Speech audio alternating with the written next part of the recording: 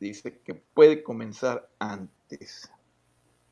Entonces creo que ya estamos en vivo. ¿Qué tal? Muy buenas tardes. No alcanzo a ver si hay personas en el chat, si sí o si no.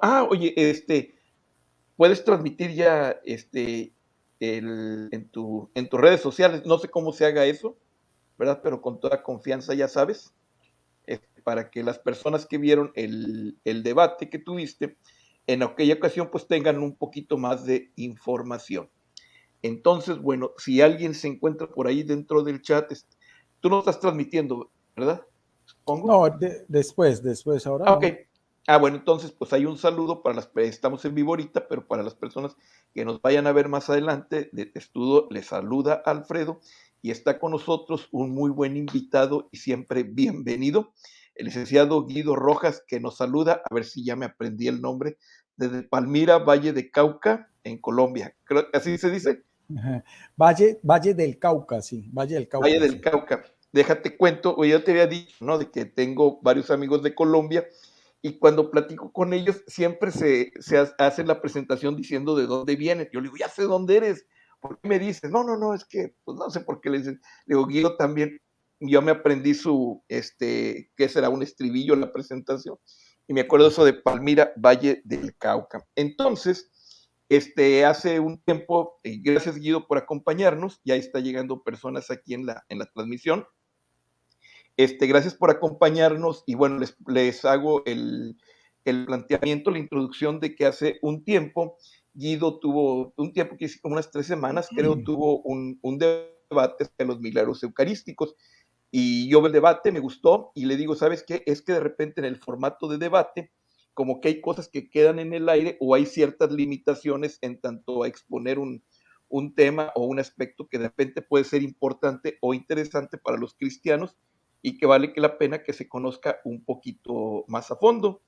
Y le platicaba a Guido antes de empezar esto, que he tenido la oportunidad de estar en esto de los milagros eucarísticos por varias razones, y que bueno, vamos a hacer un en vivo, un dialogar, y a ver qué puede salir de esto. Entonces, Guido Rojas, no sé si quieres dar algunas palabras antes de que pudiéramos empezar.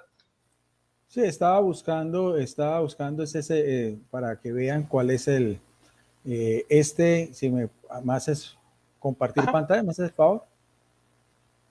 Este fue el debate, este es un debate que tuve.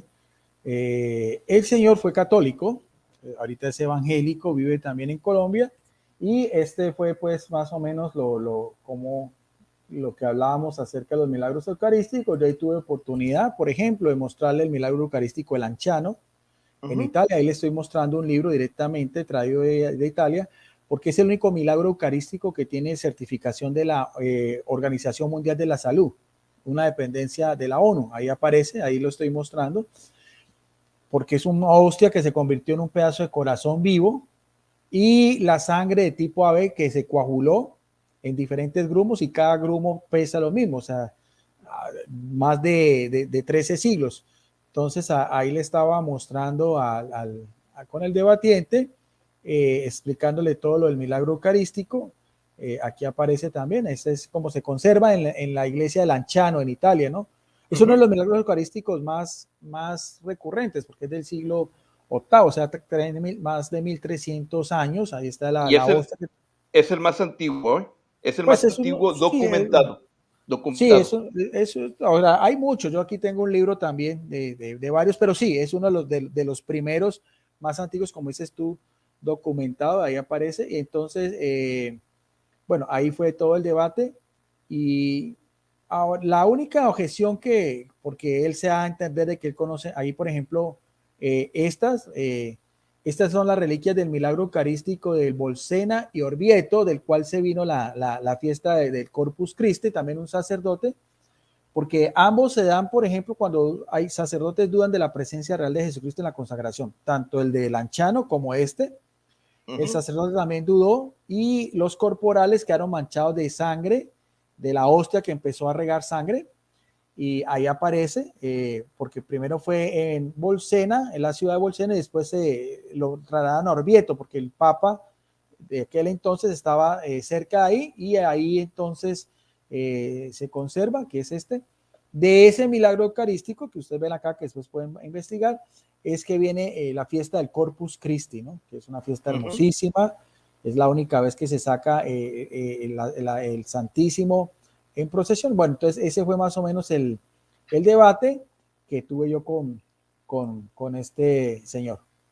Ok, gracias Guido por esta introducción y yo creo que a lo mejor más adelante lo vamos a ver, pero quiero hacer aquí una acotación. Por ahí está Cieloa en los comentarios. Ya puedes volver otra vez a compartir pantalla los dos. Ya lo puedes quitar. Ok, gracias. Entonces Cieloa, que es por aquí, participa de repente en la comunidad y ese que estuvo en Lanciano, Italia, y que dice que nos va a mandar una reliquia hasta Colombia. Entonces, Cieloa, le mandas una reliquia a Guido. Fíjate que una cosa bien interesante del anciano, no sé si tú lo sepas, pero de acuerdo a la tradición, se cree que en ese pueblo era oriundo San Longinos. San Longinos, que en la tradición, creo que es la tradición ortodoxa, creo que ahí lo tienen como santo y es el que le atraviesa la lanza a Cristo. Y ese hombre, según la tradición, ¿verdad? Y por ahí, él era originario de ese lugar de ahí, del anciano. Entonces, por ahí tiene una relación muy, muy interesante y muy bonita con esto del milagro, de los milagros eucarísticos. Bien, Guido, y pues ya entrando casi en materia.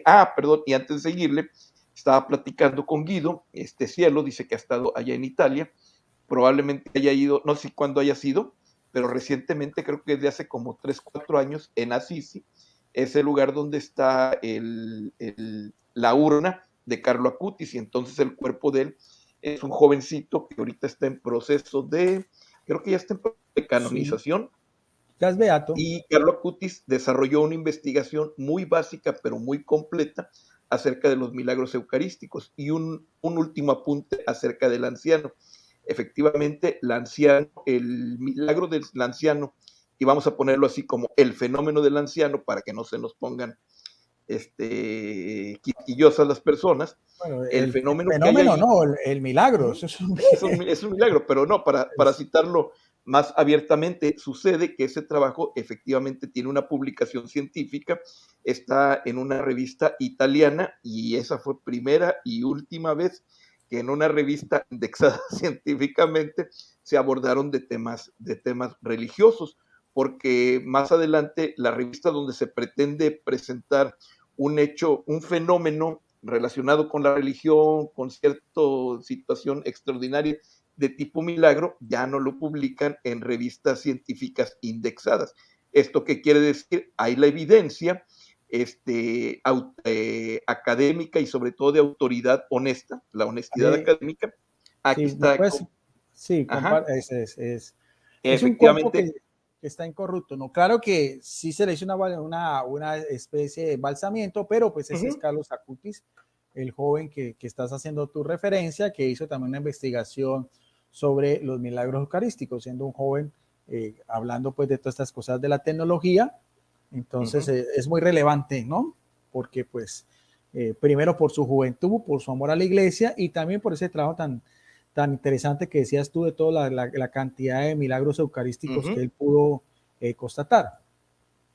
Y fíjate que en ese, bueno, nada más para una semblanza breve de cómo encontraron a Carlo Acutis. Como el deseo de Carlo Acutis era ser sepultado en Assisi, su familia era una familia acomodada, entonces él abre en el sepulcro que estaba en Milán y encuentran que el cuerpo no es que fuera incorrupto plenamente, pero estaba en muy, muy, muy buena conservación para el tiempo, creo que fue hace unos 4 o 5 años, un cuerpo después de 1 o 2 años en una tumba, pues ya se empieza a descomponer seriamente, y en no lo encontraron así, y sí tuvieron la oportunidad de hacer suerte de embalsamiento, lo embalsamaron, y pues ahí está.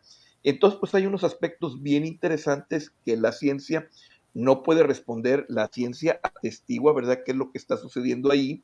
Y una cosa es la investigación que hace un joven a través de Internet, pero otra cosa es lo que hace un ateo científico a través de la ciencia, como es el caso del doctor Castañón, que él tiene una experiencia también muy interesante acerca de todo este tipo de fenómenos, dirían en el término secular, que me regañe Guido, pero dentro de la iglesia nosotros sabemos que hay manifestaciones extraordinarias, son milagros que van en contra del orden natural, que de alguna manera nos hablan de la presencia de nuestro Señor en la creación, y en este momento nos habla de la promesa de que Cristo está con nosotros y que está en la forma, en las formas eucarísticas. Guido, nos ponemos manos a la obra. ¿Qué es un milagro eucarístico? Si más o menos pudieras comentarlo. Adelante. Sí, quería mostrar la Sí. imagen para que conozcan a... Este es el doctor Ricardo Ajá, Castañón, ok. ¿no? Que es un científico, es un médico, creo que neurólogo, creo que es de Bolivia, agnóstico, y él empezó, él cuenta todo eso, cualquier persona puede mirar todo su testimonio en internet, en fin, él ha hecho conferencias, ha sacado videos, y entonces no sé por qué fue que llegó a él lo de los milagros eucarísticos y pudo analizar varios, entre ellos uno muy representativo que tiene que ver con Buenos Aires, Argentina. Cuando era arzobispo el actual Papa Francisco, Jorge Mario Bergoglio, ese milagro es muy, muy importante porque pues tiene relación directa con lo que hoy en día es el Papa, y también otro en Betania, que son los más recientes, otro en Betania, en Venezuela, en Guadalajara, también en México, son milagros eucarísticos que se han presentado en América Latina y sobre todo con el Nuevo Ordo, ¿no? Esto es muy importante también aclararlo, Alfredo, porque estos tradicionalistas, fanáticos, anticoncilio Vaticano II, ellos piensan que con el Nuevo Ordo, eso es casi una herejía, y entonces esto no lo pueden, ¿cómo pueden demostrar ellos que con el Nuevo Ordo, porque la consagración sigue siendo la misma, han sucedido estos milagros y que son ya posteriores al Concilio Vaticano II? O sea, también es bien interesante, sin quitarle pues la dignidad y la solemnidad de lo que es la misa tridentina, pero la misa con el Nuevo Ordo, de acuerdo a las constituciones del Concilio Vaticano II, es en lenguas vernáculas y con todas las características que tiene hoy en día, y que el Papa Francisco es un defensor acérrimo, porque es el parte de la liturgia hoy en día, o sea, como se dio por dos grandes papas y más especialmente por el Papa Pablo VI, ¿no? San Pablo VI. Entonces, también es muy importante aclarar eso de los milagros eucarísticos que el señor Ricardo Castañón ha podido verificar y hacer pues todas las investigaciones. Eso pues cuesta mucho dinero. De hecho, él mismo explica que muchos de esos milagros los mandó a varios laboratorios con diferentes pues análisis, tanto desde el punto de vista pues de lo que es los microscopios y análisis pues de las mismas pruebas, con toda esa tecnología, y cardiólogos y médicos forenses que dicen que es el corazón de un hombre torturado, que ha tenido una agonía fuerte, sin que ellos conozcan absolutamente nada, porque pues ya tú tienes relación con la medicina, te das cuenta de todos esos avances. Entonces, eso es muy significativo. Cualquier persona puede investigar más sobre todos los milagros eucarísticos que ha realizado el doctor Ricardo Castañón, los análisis. Y siguen presentándose, ¿no? Siguen presentándose porque pues el Señor sigue cumpliendo su palabra cuando dijo: yo estaré con ustedes todos los días hasta la consumación de los siglos. Ahora hay que aclarar que un milagro es algo extraordinario, ¿no? Nosotros creemos por fe la presencia de Jesús en la Eucaristía, lo que tú decías, porque creemos que en la misa, en el momento de la transustanciación, cuando el sacerdote hace la consagración, por ser el ministro consagrado de Jesucristo, actúa in persona Cristo, actúa en la persona de Cristo. En ese momento es cuando las especies, por eso viene el cambio de sustancia, pasan a ser ya por las palabras consagratorias, y a la hostia pasa a ser el cuerpo de Cristo y el vino pasa a ser sangre de Cristo.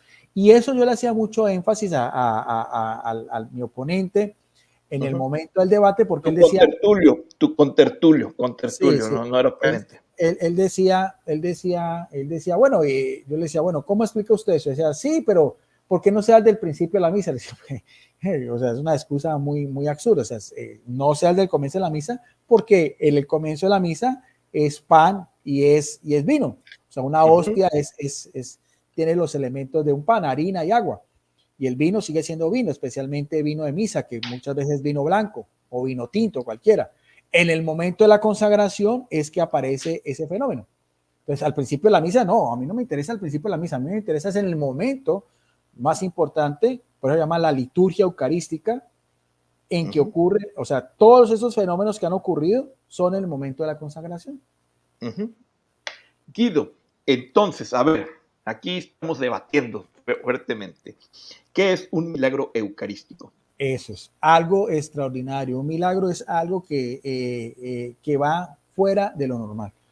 Eso es. Un milagro es algo extraordinario que se da en contra de la naturaleza, de las leyes naturales. Rompiendo todos los esquemas de tiempo, de los mismos elementos, porque una hostia, tú puedes hablar con un sacerdote, una hostia consagrada que se guarda, por ejemplo, en el sagrario, en el copón, puede durar más o menos 3 semanas, porque sus elementos naturales empiezan a descomponer. Claro, y se empieza a salir moho y se vuelven duras y empiezan a salir de moho, que es los elementos naturales en el cual está diseñada las hostias, ¿no? Que por lo general la hacen son religiosas, muchas veces religiosas de clausura. Por ejemplo, aquí en Palmira las monjas concepcionistas son las que realizan las hostias. Entonces, eso, lo natural es que una hostia dure en su estado natural 2 semanas, 3 semanas máximo antes de empezar a perder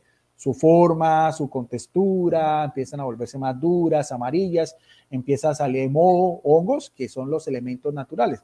Ahora, lo extraordinario de estas hostias, de estos milagros eucarísticos, que son más de 100, 120 registrados, es precisamente eso, o sea, hostias que sangran, hostias que se transforman en carne viva y que están para la exhibición pública. Eso es ante todo un milagro, ¿no? Fíjate que quisiera apuntar por ahí una situación, lo que acabas de decir, parte del elemento natural, ¿verdad? Que existe dentro de las formas que a consagrar el pan, el vino, pero sobre todo el pan, y a los que nos están escuchando piensen en el ayate del tilma de la Virgen de Guadalupe. Entonces son tejidos que por su naturaleza o son elementos materiales que por su naturaleza no pueden durar más de, ¿qué les gusta? 10, 50 años, el caso de la tilma de Guadalupe, y entonces dentro de las hostias estamos hablando que por su naturaleza y exposición a los medios se descompone, entonces pues les caen los microbios y el microbio se empieza a comer pues lo que vendría siendo la hostia. Y eso, nada más apuntando aquí a lo que nos acaba de decir Guido, para que nosotros pudiéramos entender, un médico, una persona que realiza estudios histopatológicos, tiene que manejar los tejidos de una manera muy pulcra, aséptica y de una manera que no se echen a perder. Hagan de cuenta que se hace como si fueran unas rebanadas de jamón que se van poniendo en la rebanadora de jamón, se tienen que poner en el formol y a partir poner unas laminitas muy delgaditas para que ustedes puedan revisar los tejidos. Si ustedes no siguen ese tipo de pasos, si son tejidos muy viejos, si están echados a perder, si ya no sirven, entonces pues se descompone y no ves nada. Entonces, esa es parte del milagro eucarístico, que se utilizan elementos tecnológicos de alta precisión y lo que encuentran en donde debería de estar una hostia o una hostia que empieza a verse como sangre, es de que encuentran tejido y este tejido viene siendo el corazón. Y es bien interesante por lo siguiente, cuando uno entiende acerca de la precisión de la tecnología, porque vamos a hablar en el anciano, el milagro que creo que se realiza por ahí del siglo, si mal no recuerdo, el siglo XII, por ahí así. El caso es que el milagro del anciano tiene más de 900 años, con toda facilidad, cerca de 1000. Entonces hay una hostia, hay un tejido ahí, como lo quieran, que o la hostia o el tejido está conservado desde entonces, no se ha echado a perder. Y entonces, cuando tú lo ves dentro del microscopio, dices, bueno, hay un tejido humano. Pero cuando sucede la primera vez, ¿qué es lo que ven? Ven sangre. Ya, bueno, estamos hablando de que hace, no sé, 7 siglos, 8 siglos, 9 siglos, 10 siglos, cualquier cosa pudiera ser confundida con sangre, cualquier cosa pudiera ser confundida con algún tejido. No sé si me explico, pero todo eso ha soportado el paso del tiempo, y alguien que pudiera decir, ah, no, lo que ustedes creían que era sangre, pues resultó que era Klebsiella, que ha sido una bacteria que se ha encontrado y que marca los tejidos o ciertos materiales los marca de rojo. pero no, en este caso se ha comprobado fehacientemente que hay tejido y es un tejido de corazón y bueno, más aparte lo de la sangre. Entonces, pues es un apunte por ahí para ¿cómo se llama? La comunidad y los que estamos aquí. Guido, algo que quieres comentar, adelante. Sí, que quería contestarle aquí a Marcelo Sosa que Ah, ¿sí lo pregunta, ves? sí, Ok. pregunta, ¿existe alguna diferencia entre una hostia consagrada y, y el milagro eucarístico? Pues hagámoslo del catecismo, porque no es lo que uno diga, es simplemente lo que diga el magisterio. Nosotros nos sometemos al magisterio. Aquí tengo mi catecismo, rajado ya completamente viejo de tanto usarlo. Y dice muy interesante porque el magisterio de la iglesia es muy hermoso. ¿Cómo sintetiza en tan pocas renglones verdades de fe que son para nosotros extraordinarias? Dice, por ejemplo, en los numerales 1375 a 1377, dice, mediante la conversión del pan y el vino, nótese bien, en su cuerpo y en su sangre, o sea, se convierte, hay un cambio, la conversión del pan y el vino en el cuerpo y la sangre de Cristo se hace presente en ese sacramento. Ahora, es una verdad de fe que creían los padres de la iglesia, ¿no? Que ya después en la reforma protestante se rebelaron, por eso se llaman protestantes, porque protestan contra la iglesia, protestan contra la tradición, protestan contra el magisterio, protestan con el Espíritu Santo en su asistencia plena, como prometió Jesucristo en 1600 años atrás. Dice, los padres de la iglesia afirmaron con fuerza la fe de la iglesia en la eficacia de las palabras de Cristo y de la acción del Espíritu Santo, porque siempre que se consagra se pide la asistencia del Espíritu Santo, se llama la epíclesis, para obrar esta conversión. Juan Crisóstomo, doctor de la iglesia, patriarca de Constantinopla en el siglo V, declara en uno de sus escritos, no es el hombre quien hace que las cosas ofrecidas se conviertan en el cuerpo y sangre de Cristo, que es lo que nos están preguntando, sino Cristo mismo que fue crucificado por nosotros. El sacerdote, como decimos, in personi Christi, figura de Cristo, pronuncia estas palabras, pero su eficacia y su gracia provienen de Dios. Este es mi cuerpo, dice. Estas palabras transforman las cosas ofrecidas. O sea, desde que haya una consagración con las fórmulas establecidas, ahí está presente Jesucristo, con los ojos de la fe. Que haya milagros eucarísticos da a entender de que lo podemos palpar ya de otra manera visible, ¿no? Y también Ambrosio, que fue obispo de Milán, también del siglo IV, dice respecto a esta conversión: estamos bien persuadidos de que esto no es lo que la naturaleza ha producido, sino lo que la bendición ha consagrado y de que la fuerza de la bendición supera al de la naturaleza. Porque por la bendición la naturaleza misma resulta cambiada, o sea, porque se llama cambio, y eso que todavía no vamos a llegar al término transustanciación, o sea, hay un cambio. Esto estamos hablando del siglo IV. Las palabras de Cristo que pudo hacer de la nada lo que no existía, no podría cambiar las cosas existentes en lo que no era todavía, porque no es menos dar las cosas su naturaleza primera que cambiarlas. Ahora, ya de una manera más dogmática, el Concilio de Trento, que viene en la Contrarreforma, dice, resume la fe católica cuando afirma, porque Cristo nuestro Redentor dijo que lo que ofreció bajo la especie del pan era verdaderamente su cuerpo, no era un símbolo, no es una representación, como creen nuestros hermanos protestantes, se ha mantenido siempre en la iglesia. Mire, esa es la tradición de la iglesia, ¿ve? Ese es el magisterio bimilenario. Esta convicción que declara de nuevo el Santo Concilio por la consagración del pan y el vino, por eso es que yo le hacía énfasis en el debate, por la consagración, cuando se hace la consagración, lo que llama la liturgia eucarística, se opera el cambio de toda la sustancia del pan y del vino, que opera cambio de toda la sustancia del pan en la sustancia del cuerpo de Cristo, nuestro Señor, y de toda la sustancia del vino en la sustancia de la sangre. La Iglesia Católica ha llamado justa y apropiadamente este cambio transustanciación de Singer 1642. Eso se debe a Santo Tomás de Aquino también en la Edad Media, ¿no? Santo Tomás de Aquino es el que acuñe el término transustanciación, que tiene que ver con el milagro que mostré en Orvieto, porque fue para esa misma época que él hizo también toda la liturgia y unos signos. Entonces, lo uno está relacionado con lo otro. Y dice, para finalizar, el numeral 1377, la presencia eucarística de Cristo comienza en el momento de la consagración y dura todo el tiempo que subsista la especie eucarística. Ya sabemos que 2 semanas, 3 semanas máximo, ¿no? Cristo está todo entero presente en cada una de las especies y toda entera en cada una de sus partes. De modo que la fracción no se divide, no divide a Cristo. O sea, está completamente su cuerpo, alma, sangre y divinidad. Esa es la doctrina oficial de la Iglesia Católica. ¿Ves? Eso es lo que nosotros creemos y profesamos. Bueno, nada más para dar una, dice Marcelo Sosa, o sea, la diferencia física. La diferencia física es de que la normalidad, lo que nosotros encontramos en las formas consagradas, es el pan y el vino. Y el accidente que nosotros percibimos es la forma de pan, el sabor del vino, las características físicas, pero cambia la sustancia en la divinidad de nuestro Señor Jesucristo, cuerpo, alma, como es cuerpo, alma y divinidad. Esa es la diferencia. Y en el milagro eucarístico es algo que está contra lo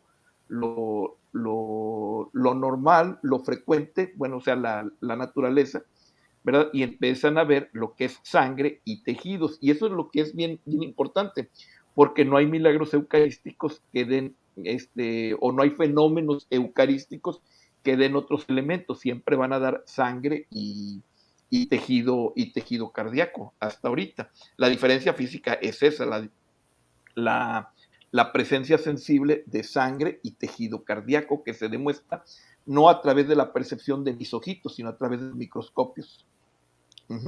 Algo, no sé si quieras agregar ahí al respecto. Santo Tomás de Aquino decía en el momento de la consagración lo que tú estás diciendo, no es ni por la vista, ni por el oído, ni por el gusto, ni por el tacto, sino por tus palabras, Señor.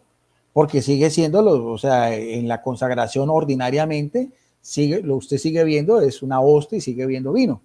O sea, se opera ese cambio, pero de una manera milagrosa, no visible con los ojos de físico, sino con los ojos de la fe. Ahora, estos milagros demuestran eso. Y algo muy interesante, Alfredo, hay que decirlo, que la iglesia no hace hablar de eso. Tú no vas a encontrar lo de milagros eucarísticos acá. Lo encuentras de pronto en unos libros de estos así, pero porque los milagros ayudan a que nuestra fe pueda verse también, si puede, de una manera apologética o algo así. Pero el catecismo de la Iglesia Católica, como manual, no te va a hablar nunca de los milagros eucarísticos, te va a hablar de lo que la Iglesia siempre cree y ha profesado durante 2000 años, desde la época de San Ignacio de Antioquía, donde decía el pan es carne de Cristo, así es sencillo lo decía. Eso ya, y yo se lo hacía ver a este señor, o sea, desde los padres apostólicos y de Justino Mártir, ahí todo eso, o sea, ese transcurrir. Entonces, eso es muy interesante. Y no sé si quieres otras que podamos compartir pantalla, sí, claro. ahí hablando, porque ahí podemos recrear un poquitico más. Bueno, ese es el milagro eucarístico del anciano, lo que habíamos hablado. Uno de los más estudiados, que te digo que tiene el certificado de la Organización Mundial de la Salud. En la ampolla de abajo están los grumos de sangre, porque tú sabes que la sangre en el elemento exterior se vuelve grumos. Esos grumos son como 6 grumos de diferentes tamaños y todos pesan igual. Y es tipo AB. Ese tipo AB que también se ve en la sábana de Turín, Italia, que también él trató de desmentir de que eso era un engaño, eso es mentira, eso no se ha podido mostrar, que el sudario, la sábana de Turín sea un engaño. Eso, ninguna tela por medio de un negativo aparece una imagen tridimensional de un hombre. Eso no lo pudo hacer ni siquiera la ciencia del siglo XXI, mucho menos lo iban a hacer en la Edad Media. O sea que eso tampoco es que sea así, simplemente se hizo unos análisis de carbono 14 de un retazo que había sido expuesto porque hubo un incendio y entonces de ahí fue, pero eso no demostraron absolutamente nada.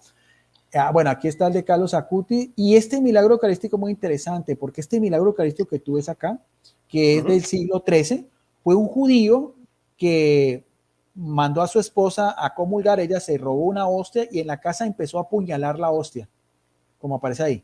Empezó a apuñalarla y de todas las puñaladas le empezó a salir sangre, mira cómo aparece ahí. ¿Ves? ¿Ese es el de Bolsena? Ese es el de, dice aquí, la furia de un judío en París, Francia. Bueno, puede ser. París. No sé, Okay. sí, Sí, está bien. pero de todas maneras, creo que es que, bueno, ahorita no sé si es el de Bolsena o algo así, pero de todas maneras no sé si es el otro, pero en todo caso, porque este también es de un judío que la apuñaló, aquí mismo dice, que tiene también 3 bulas pontificias.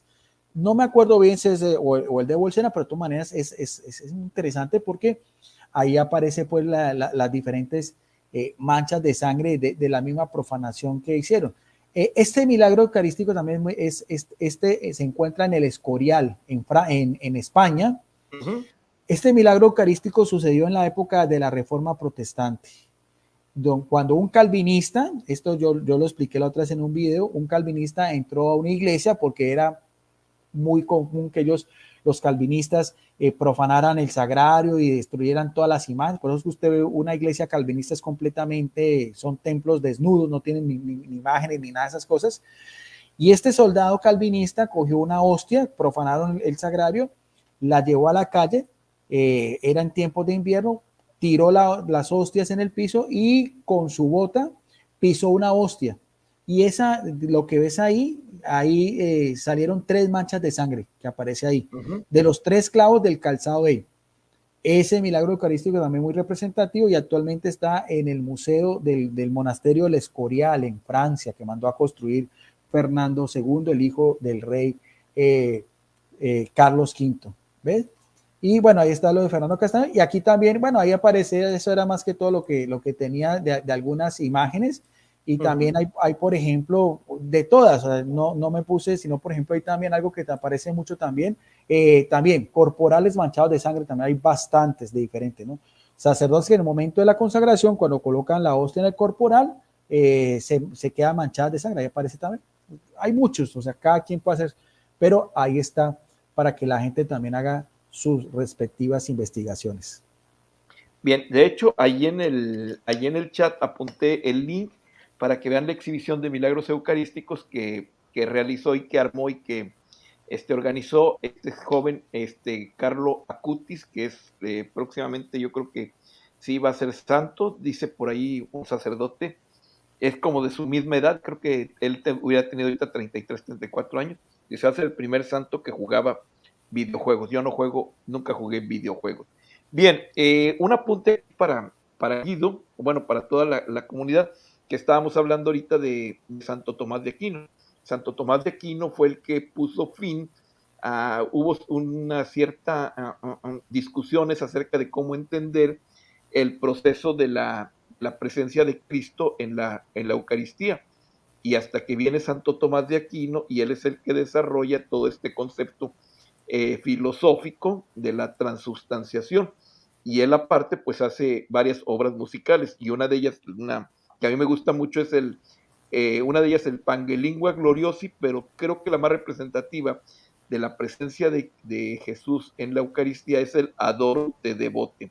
Entonces ojalá la puedan escuchar por ahí, en varias versiones.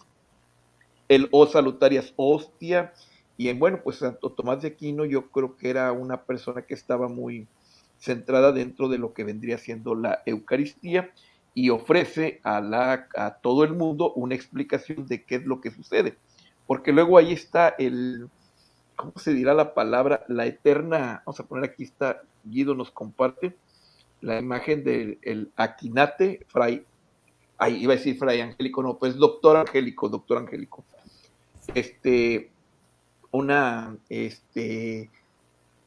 se me fue la onda, pero bueno, aquí me paso a una pregunta para Guido. Guido, ¿cuál sería la pertinencia y los alcances de esto de los milagros eucarísticos? ¿Cuál sería la importancia, la pertinencia? No sé, tú qué aspectos ves en esto de la Eucaristía en cuanto a la fe de las personas. Y hace rato ya referías un poco acerca de que el catecismo no habla de ciertas cosas. Ejemplo, no habla de la tilma de Guadalupe, no habla del, ¿cómo se llama? Del paño de Oviedo, no habla de la Sidonia. De santos incorruptos. Ajá. Claro, ¿no? Ajá. Sí. ¿Cuál es la pedagogía que uno encuentra dentro de la iglesia, o cuál sería, o por qué la iglesia? Porque este hombre te decía, con Tertulio, decía, es que la iglesia engaña, y pues así como que No sé si pudieras explicar por qué esto no es un engaño. Pues porque la mejor prueba es lo que acabamos de mostrar. Ahí está. O sea, ellos, bueno, o sea, no tienen por qué creerlo, ¿no? Vuelvo a repetir, esos son milagros que son solamente para la Iglesia Católica. Ni siquiera un ortodoxo tiene por qué creerlos eso. Ellos tendrán su propia fe, aunque ellos también aluden también a la presencia real de Jesucristo en la Eucaristía, aunque no utilizan el término transustanciación. O sea, yo creo que o sea, ahí que había que preguntarles a Jesús por qué permite eso. Simplemente son manifestaciones milagrosas para demostrar lo que realmente ocurre en la misa y lo que Jesucristo mismo lo dijo en Juan 6, cuando estaba en la sinagoga de Nazaret.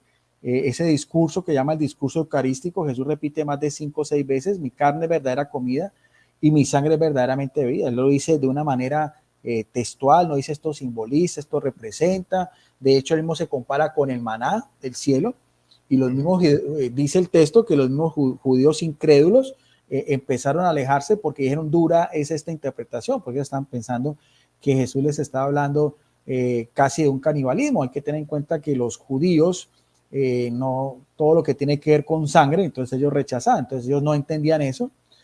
Y es el texto tan bonito cuando dice también, cuando Jesús le dice a los apóstoles, ya los versículos finales: si ustedes también, ¿qué? ¿Quieren irse o no? Y el mismo Pedro, que siempre tomaba la vocería, dijo: Señor, ¿a quién iremos? Solo tú tienes palabras de vida eterna. O sea, ahí yo creo que ese es muy representante, es muy significativo. O sea, la iglesia no hace alarde de eso, simplemente los muestra, o sea, los cuerpos de santos incorruptos, las mismas apariciones marianas, eso usted puede creer o no, la Virgen de la tilma de Juan Diego, el sudario de Turín, porque ninguna reliquia a la Iglesia Católica le da 100% su valor, pero son hechas para la veneración pública, son objetos de piedad que ¿Se sirven permite también. Su veneración? Claro, se permite su veneración y su exhibición cuando la Iglesia lo estime conveniente, ¿no? Y eso demuestra la riqueza que hay en nuestra Iglesia, ¿no? Yo creo que sí. Bueno, ahora ya decir, Alfredo, como a veces ocurre, que he visto, por ejemplo, decir, no falta el fanático que al no explicar eso, dice: no, es obra del diablo, porque no falta el que diga, o como dicen también, entonces no, eso es una galleta untada de mermelada. Bueno, hasta allá ya, cuando alguien diga, sí, ya no hay nada que contestar ahí. Eso. Fíjate que es muy interesante y deja, redondeo un poco la idea también. De hecho, la Iglesia jamás ha dicho de que el milagro eucarístico pertenece a la sangre o al corazón de Cristo. Es una situación, es un fenómeno que sucede, y al momento de que se estudia se encuentra corazón de quien que sufre, se encuentra sangre, se encuentra todo esto. Hay una promesa y ahora sí, tenemos la libertad, ¿verdad?, de creer qué es lo que está sucediendo ahí, y lo que nosotros celebramos ahí dentro de la Eucaristía es precisamente la promesa de Cristo con nosotros hasta el fin del mundo, hasta el fin de los tiempos. Y entonces, bueno, pues en esa libertad no es que cada quien crea lo que quiera, la Iglesia no te obliga en esa sabiduría que la Iglesia tiene, pero sí permite ese atisbo, esa visión al misterio, ¿verdad? Y es una situación muy bonita que la Iglesia cómo nos lo plantea, porque este señor te decía, no, compruébame que es el cuerpo de Cristo. La Iglesia no tiene por qué probar eso, no lo tiene por qué probar. Dice: mira, aquí hay una situación y aquí hay una situación y aquí es lo que pasa. Revísalo en el microscopio, analiza lo que no, y lo que se ha ido sacando es corazón, sangre compatible con los grupos étnicos en la Palestina, etcétera, etcétera, y hasta ahí. Y es algo que nos llama la atención, e inmediatamente, si sucede durante la consagración, mira, agua pasa por mi casa. Hay muy buenas razones y muy buenos motivos para pensar dentro de la Iglesia, que de hecho ya los hay desde en el momento que Cristo dice: este es mi cuerpo y este es mi sangre, ¿no? Aquí está, denle. Luego la práctica de los primeros cristianos, el desarrollo de la Eucaristía durante todos los siglos, y luego las explicaciones que dan de Santo Tomás, ha sido suficiente para la evolución de la doctrina de la iglesia, ¿no? Para todo esto de la evangelización. Y los milagros eucarísticos vienen siendo así como que, hey, chachos, despiertos, atentos, o sea, todo este tipo yo digo fenómenos, pero sí, de fenómenos, de situaciones que hay alrededor de las manifestaciones religiosas o dentro de la piedad, pues sí nos invitan a pensar algo está sucediendo, y más cuando la persona agarra la piecita de pan y cree que va a encontrar mermelada y no se la halla y aparte no se le pudre y aparte sangre, algo está pasando. Un buen amigo de nosotros de ahí de Testudo, un pastor evangélico, no digo nombres, él dice, no, cuando este joven, el que se convirtió de Argentina, Santiago Alarcón, el Santiago Alarcón se convierte por una situación de este tipo, y un día se hacen ahí unos videos y dice, yo te apuesto que yo voy ahí a Argentina, agarro la pieza y la estudio y yo voy a encontrar la verdad. Bueno, pues eso es lo que precisamente hacen los científicos que andan tratando de encontrar o de desacreditar la fe católica, ¿verdad? Entonces, bueno, pues por ahí este aporte para que ahí ustedes lo vayan investigando y se vayan llenando de esto. Muy bien, Guido. A ver, vamos a pasar a otra cosa. El misterio pascual, la Eucaristía, el misterio pascual y los milagros eucarísticos. ¿Te gustaría conversar algo acerca al respecto? O ver cómo de alguna manera a través de lo que viene siendo la fuente y culmen de la vida cristiana, que es la Eucaristía, tiene esa manifestación, ¿verdad? De que dices, oye, aquí está sucediendo algo que va más allá de nuestro entendimiento, ¿no? Entonces, como que de alguna manera donde se manifiesta el milagro es precisamente en el culmen y en la fuente y culmen de la vida cristiana. No sé si quisieras ahondar un poquito más por ahí o si quieres apuntar otra cosa. Adelante. Sí, que quería hacer, porque cuando él me preguntó eso, que realmente sí, no se puede de los milagros eucarísticos, bueno, ahí está, es un corazón humano y es sangre humana de tipo AB. Aunque yo le decía una acotación, le decía ¿y por qué el corazón? Porque es desde el corazón. Decía, bueno, yo no soy Jesucristo, yo no soy el que hace milagros, pero sí me pareció representativo cuando en la muerte de la cruz, cuando dice en el Evangelio de Juan, que al ver el centurión, ahí mismo lo que tú decías de Longinos, que la tradición dice que llama Longinos, que inclusive se conserva su lanza, cuando dice que le atraviesa y el costado sale sangre y agua, y eso también es sangre y suero que viene del corazón, o sea, da a entender que eso fue traspasado al corazón. Le explicaba que corazón en griego es cardía, y el corazón para los judíos es donde viene la parte de los sentimientos, la parte de la espiritualidad. Por eso dice, usted es una persona de muy buen corazón. Usted da a entender eso. O sea, te hablo del corazón, te hablo de lo más íntimo de mí. Exactamente, sí. Entonces, yo le decía que ahí está, de que puede ser, ¿por qué el corazón? Porque realmente eso es lo que salió del costado, sangre y agua, que es donde en el momento de la consagración, por eso precisamente simboliza eso, el sacerdote coge un poco de vino y también agua, que simboliza también esa agua y esa sangre que salieron del costado de Cristo, que también es parte pues, de toda la función donde bombea sangre y el suero. Bueno, en fin, todo eso hay varios médicos forenses que han explicado ese fenómeno también a raíz también del suero de Turín, porque también hay restos también de sangre y suero de esa herida, que es una herida de una lanza puntiaguda, inclusive que tiene todas las características también como eran en tiempos de los romanos, ¿no? Entonces yo relaciono todo eso lo relaciono. De hecho, inclusive yo aquí tengo un corto video donde, ahí está, si quieres.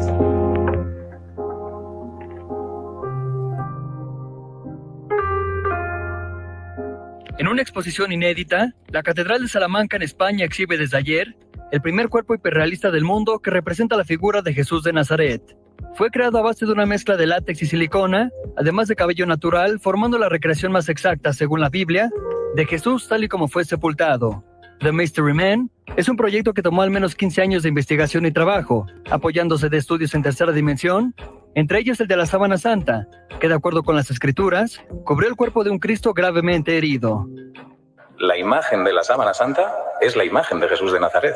No hay que darle vueltas. Solo a través del arte tenemos la imagen de Jesús y los artistas han repetido la imagen de la sábana santa infinidad de veces. Este modelo mide 1,78 metros de altura y pesa 75 kilos. Contiene sangre tipo AB y muestra moretones y costras en los lugares donde habría recibido 150 latigazos y 250 golpes. También se observa una nariz desviada y una pierna contraída por la rotura de un tendón. Todo en una obra que apela a las emociones a través del arte. Bien, hasta ahí, cortico pero sustancioso. Alfredo, ya, podemos volver a... Sí, ahí está también, o sea, el que quiere investigar, ahí está. Yo lo relaciono uno con lo otro, ¿no? Eso es, a mí me fascina mucho todo lo que tiene que ver con la pasión de Jesucristo, ahorita que estamos entrando a Semana Santa, perdón, que estamos en este tiempo de Cuaresma.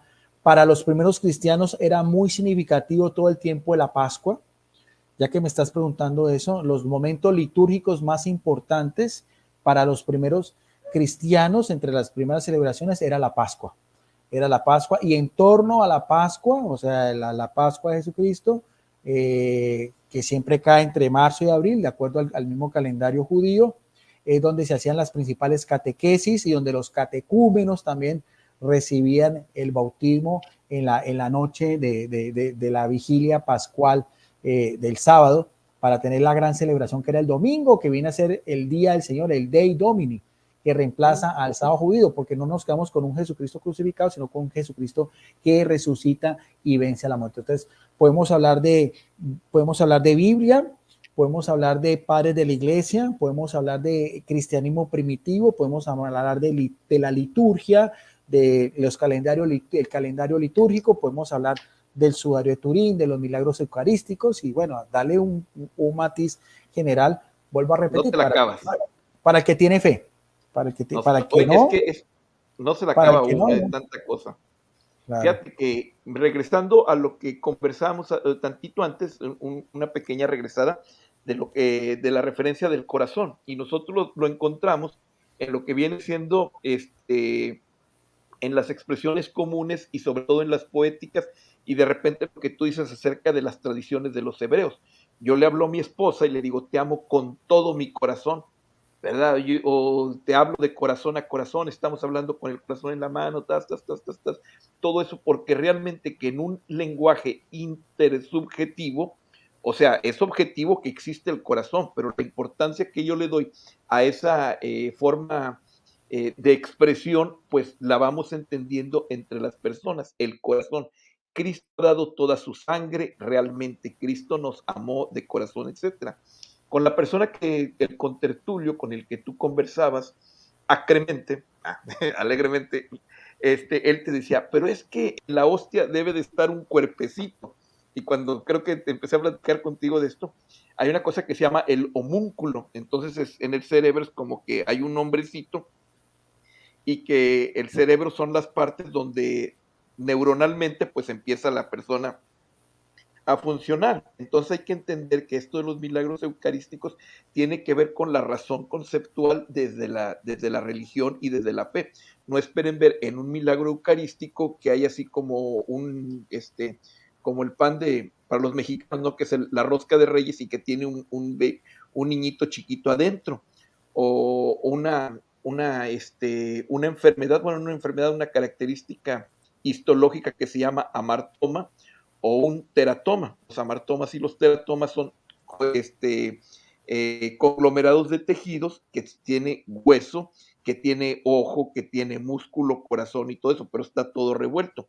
Y eso no es lo que ocurre dentro de los milagros eucarísticos, porque realmente yo entiendo, o de alguna manera, dice Guido, le vamos a preguntar a Cristo cuando lo veamos, ¿verdad? Pero yo sí entiendo que la referencia directa es al corazón de Cristo, que es verdadero Dios, pero es verdadero hombre, que comparte toda nuestra naturaleza y nos ha amado desde el corazón. Y entonces, bueno, nada más otro apunte por ahí. No sé, Guido, si tú estás familiarizado con los sermones pascuales de la vigilia pascual de San Ambrosio de Milán. Si tienes chance, búscalos. y habla acerca de todo lo que viene siendo la doctrina, la teología que viene de alrededor del bautismo, precisamente el día de la vigilia pascual y la recepción de los catecúmenos como nuevos cristianos, y hay otro todavía más antiguo, se llama las narraciones de Egeria, que habla de Antioquía, Ajá. habla de Alejandría, Jerusalén y Milán, ¿verdad? De que Sí, esta sí, persona anduvo por ahí y veía los rituales, las celebraciones pascuales, y lo que nos ha recordado ahorita Guido, ¿no? Estamos en un momento fuerte de nuestra vida litúrgica, y entonces, bueno, pues es un momento de recordar. Y yo sí les quiero decir esto, nosotros no estamos abordando el milagro eucarístico desde el clickbait y vengan, vengan, vengan, aquí sabemos mucho. No, en absoluto. Creo yo que lo abordamos desde, desde el misterio divino de que Cristo está con nosotros.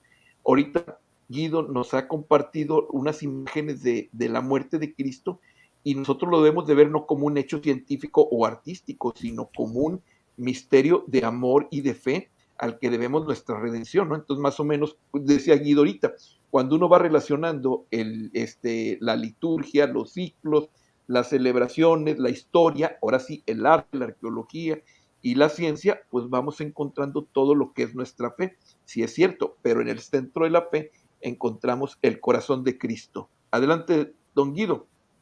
Sí, sí, sí. Bueno, ahí encontré una porque ahí aparece también, aquí la estoy señalando, también hay una hostia donde aparece el rostro de Cristo. Aquí está, enseguida de azul, o sea, la segunda de derecha a izquierda, aquí también aparece. Ahorita que me acordaba, ¿no? Y hay otra también en India también, aparece en un momento de la consagración, también el rostro de Jesucristo, como si hubiera quedado una fotocopia impreso, como un sello indeleble en una hostia. O sea, esto es una riqueza. El que quiera indagar más, gracias a la tecnología, al buen uso del Internet, cualquier persona puede buscar en Google, buscar los estudios del doctor Ricardo Castañón y todos esos últimos, porque de hecho, inclusive hoy en día todavía se ve mucho. Alfredo, a veces también he visto también cuando hacen, por ejemplo, la hora santa también, como el del sagrario empieza la hostia a resplandecer. Es increíble también el momento en que están en una santa, en una... como una áurea, ¿no? Una sí, sí, áurea. una aureola, o un rayo de luz que sale de la hostia en el sagrario, en la custodia. O sea, hay muchas de esas cosas, y que hoy en día pues la tecnología no puede pues dar esas evidencias para que cada quien saque sus conclusiones. Bueno, yo creo que es más que todo lo que teníamos planeado, no sé. Más o menos, sí. Si quieres ya podemos compartir otro, sí. Pero, o sea, primero lo más importante, Alfredo, es desde el catecismo. ¿Qué es lo que nosotros, claro, esa es la más importante?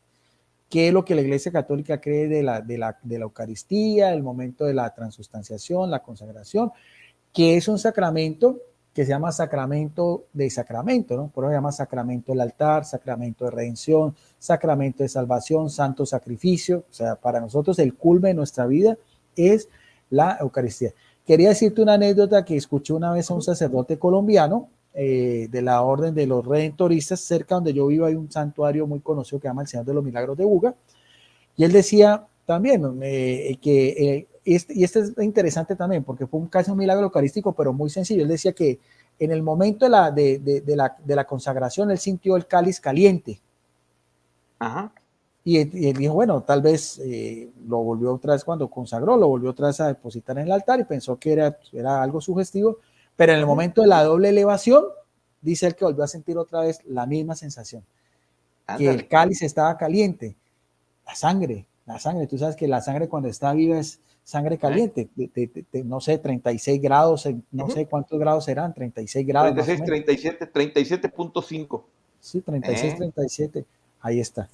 Entonces, mira, son cosas. Y hay otros sacerdotes que tú dices, no, nunca han sentido nada fuera de lo normal, pues simplemente ellos por la fe. Un sacerdote que es muy amigo mío, él decía, yo no necesito eso. Claro, pues no, porque él es liturgo, él consagra, él sabe que por la fe y por su misma formación sabe que Jesucristo está ahí presente. Pero, Sí. de hecho, inclusive también le decía a mi contertulio, como tú lo dices también, que también lo entendió mal, decía, ¿por qué a veces los satánicos han llegado a profanar iglesias católicas para llevarse?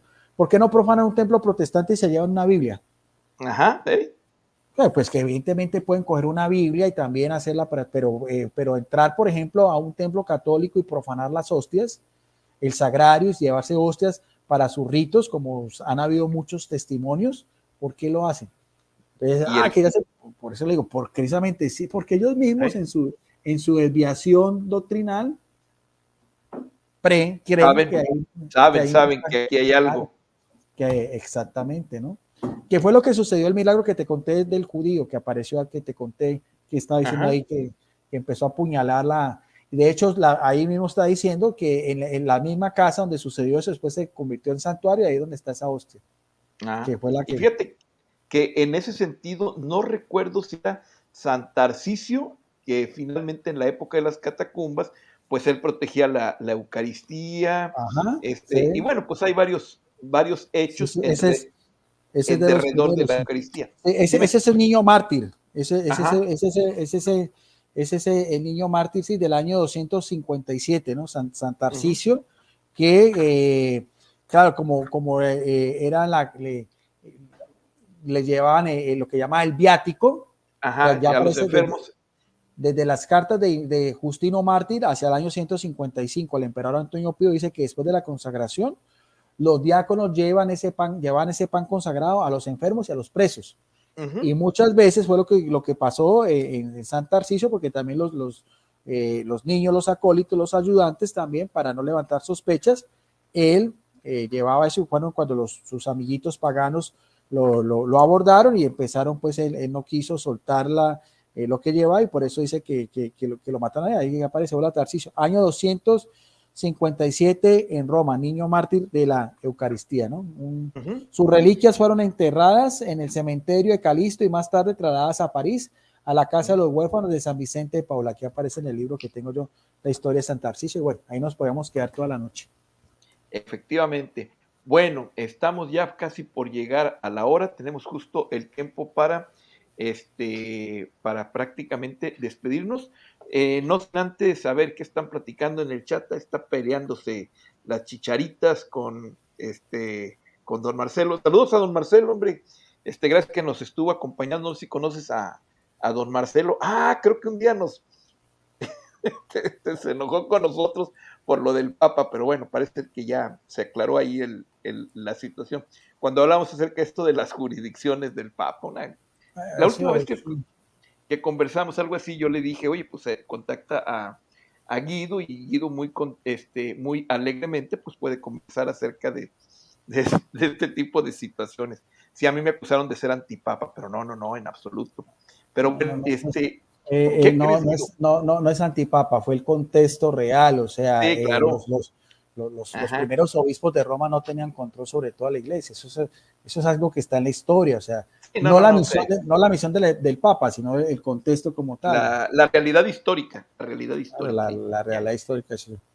Bien, entonces, bueno, pues ahí está don Marcelo, le agradecemos mucho que ha venido, y bueno, pues si Guido muy amablemente comparte siempre con nosotros, y a mí me gustaría invitarlo para ver si después de que pase la Pascua, hay muchas cosas que se pueden conversar y se saca bastante provecho, ¿verdad? Pero uno de ellos, a mí me gustaría conversar, que creo que es un buen, ¿cómo será la palabra? Animoso con el Concilio Vaticano II, porque ahí, tú sabes, hay bastante gente que cree que el Concilio Vaticano II es una barbaridad, que es algo que no debe de suceder, y no sé si tú lo sepas, ¿verdad? Que, por ejemplo, uno de los participantes más entusiastas a favor fue el propio Ratzinger, cuando él era teólogo consejero de la diócesis creo que de Freiburg, o bueno, una de las de Alemania, y él participa como experto, ¿no? Entonces, ojalá más adelante vamos a darnos por ahí un mesecito y cacho, si gustas, y hablamos del Concilio Vaticano II, su pertinencia, su origen, y ahorita cómo lo pudiéramos ver. ¿Cómo ves, Guido? Sí, Te aviento el reto, ¿eh? es, lo más grande que puede haber tenido la Iglesia Católica es el Concilio Vaticano II, de lo mejor. Mira, O sea, aquí gracias al Concilio Vaticano II, aquí estamos wiriwiriando.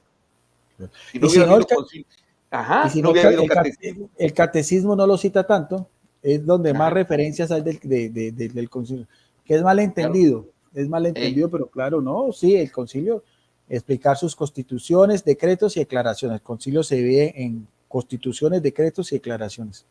Ya, bien. Antes que nos vayamos, brindo con mi taza, déjenles enseño. Y Guido les va a enseñar su taza también, de aquí, para que vean, estamos en competencias. Guido es prácticamente un llanero solitario y tú sabes que en Testudo nos encanta el relajo en bola.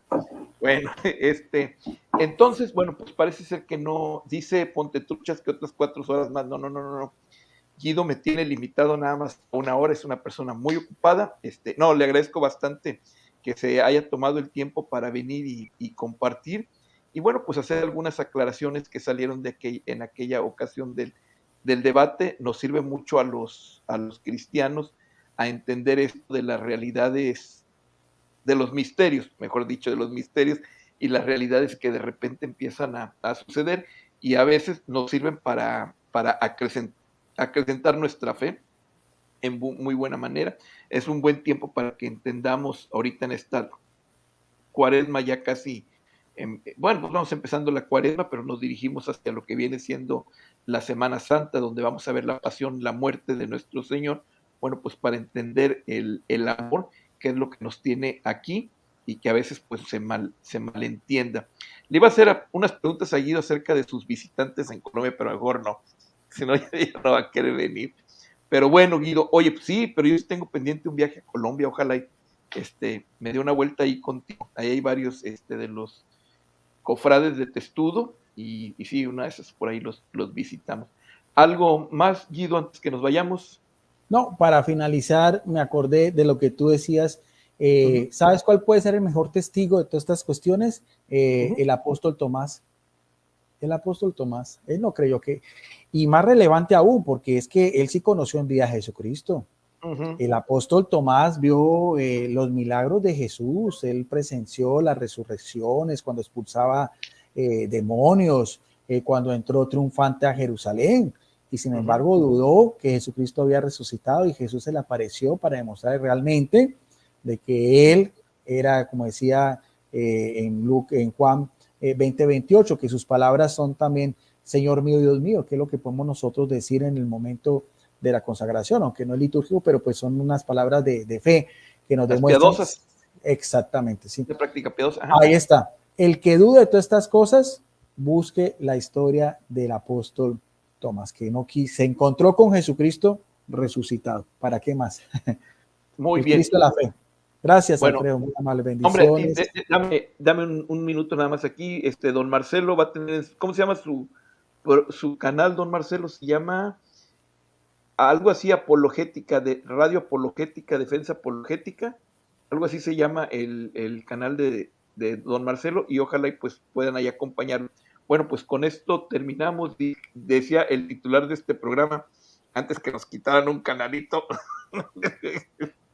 nos quitaron Testudo, dos, decía el Gibran, pero aquí tenemos y aquí transmitimos ahorita. Pues gracias, Guido, de todo corazón. Gracias por compartirnos tu experiencia, tu sabiduría, el conocimiento académico que tienes. Son muchas flores y ya sabes, que eres bienvenido siempre. Y bueno, pues ahora sí, como dijo el Gibran, espero que les haya gustado. Bye. Gracias, Guido. Gracias, bendiciones. Nos vemos.